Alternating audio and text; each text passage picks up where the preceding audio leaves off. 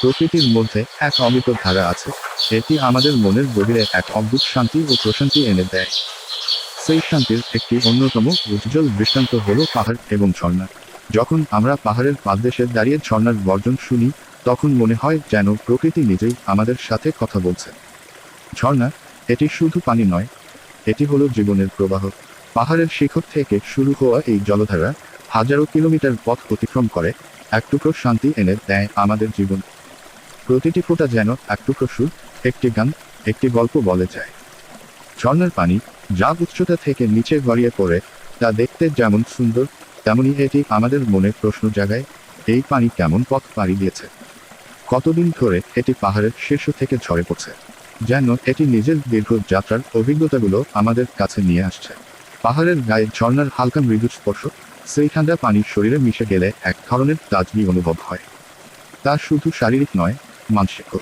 পাহাড়ের শান্তির মাঝে জলধারা যেমন আমাদের শারীরিক ক্ষুধা মেটায়, তেমনি মনকে প্রশান্ত করে।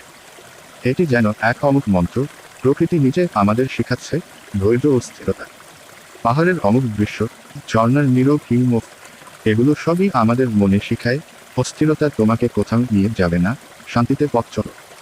কখনো কখনো জীবনেও এমন মুহূর্ত আসে যখন সবকিছু যেন থেমে থাকে, আর তখনই পাহাড় এবং ঝর্ণা আমাদের কাছে এক অনুপ্রেরণা হয়ে ওঠে।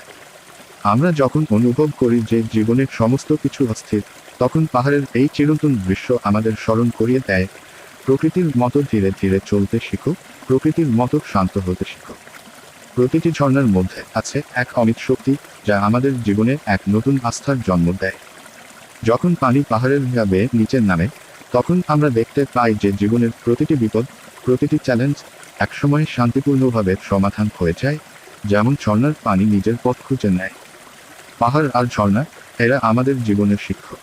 তারা আমাদের শেখায় কিভাবে নিজের ভিতরের শক্তি থেকে শান্তি ও সৌন্দর্য খুঁজে পেতে হয়। পাহাড় আর ঝর্ণার এই সৌন্দর্য আমাদের মনের কোণে এক গভীর শান্তি বয়ে আনে। প্রকৃতির এই অপরূপ মন্ত্র যেন আমাদের দৈনন্দিন জীবনের মাঝে এক নতুন রসদ যোগায়, প্রকৃতি, শান্তি ও জীবনের এক অনন্ত সৌন্দর্য।